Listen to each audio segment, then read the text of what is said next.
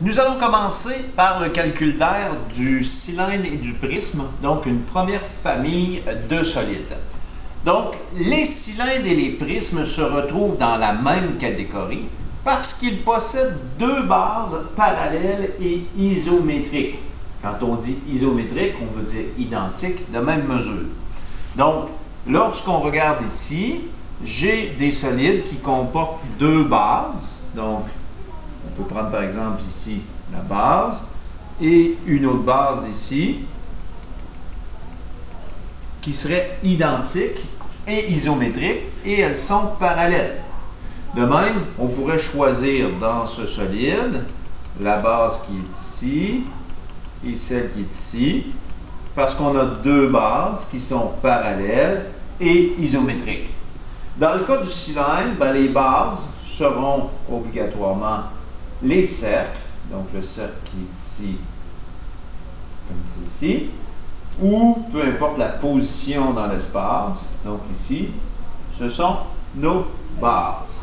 Donc deux bases parallèles et isométriques. Maintenant, autre information, la distance qui sépare ces deux bases s'appelle la hauteur H. Donc, la hauteur H, c'est la distance qui sépare les deux bases. Donc, la distance ici sera ma hauteur. Puisque j'ai identifié ces deux côtés-là comme étant les deux faces-là comme étant des bases, la distance ici sera la hauteur. Si par ailleurs j'ai choisi les grands rectangles qui sont là comme base, la hauteur sera ici dans ce solide. Donc, peu importe la base choisie, l'important c'est de bien identifier la hauteur sur mon solide. Dans le cas du cylindre, la hauteur c'est la distance qui sépare les deux cercles ici, qu'on le place comme ça ou comme ça. Donc la distance qui sépare mes deux cercles. Si je peux peut-être le continuer pour question de perspective. Bon, donc les bases, les hauteurs, vont nous servir dans notre calcul d'air. Généralement, lorsqu'on calcule l'air total d'un prisme ou d'un cylindre, on le sépare en deux parties, l'air latéral et l'air des deux bases. Donc, si ici, je considère le carré comme étant la base, donc ici,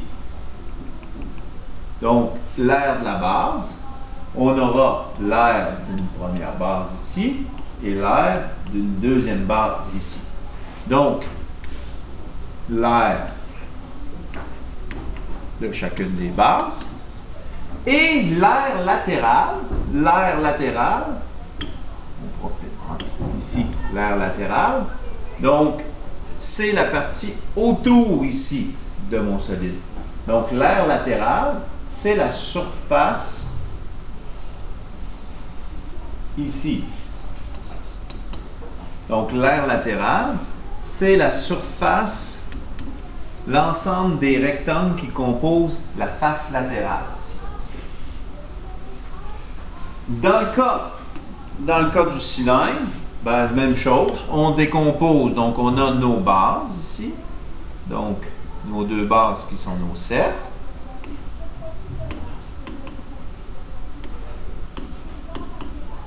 Et on a l'air latéral qui va être sur le pourtour de ma figure.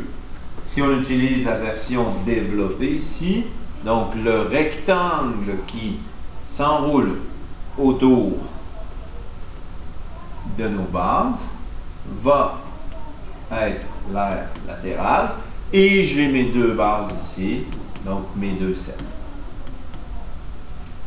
C'est pour ça que nos formules, la formule qu'on va utiliser, donc le calcul de l'air total, AT, sera l'air latéral AL, plus l'air des deux bases. Comment je calculerai l'air latéral? L'air latéral sera le périmètre de la base fois la hauteur. Pourquoi périmètre de la base?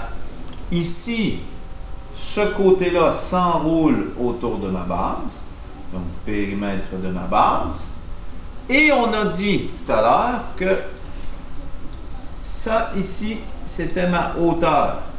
Donc, se retrouve ici, comme hauteur. Je vais juste poursuivre ma flèche ici pour être certain. Donc, ici, ma hauteur. Donc, périmètre de la base fois la hauteur nous permettra de trouver l'aire de ce rectangle. Même chose, ici, au niveau de mon cylindre. Ce côté ici s'enroule autour de mon cercle, donc périmètre de ma base. Et encore une fois, la hauteur qu'on a identifiée précédemment se retrouve aussi ici. Donc, périmètre de la base fois la hauteur me permettra de trouver l'aire de ce rectangle qui correspond à l'aire latérale. Pour ce qui est de l'aire des deux bases, ben, je multiplie par 2. Pourquoi je multiplie par 2 ici? Ben, c'est parce que j'ai deux bases.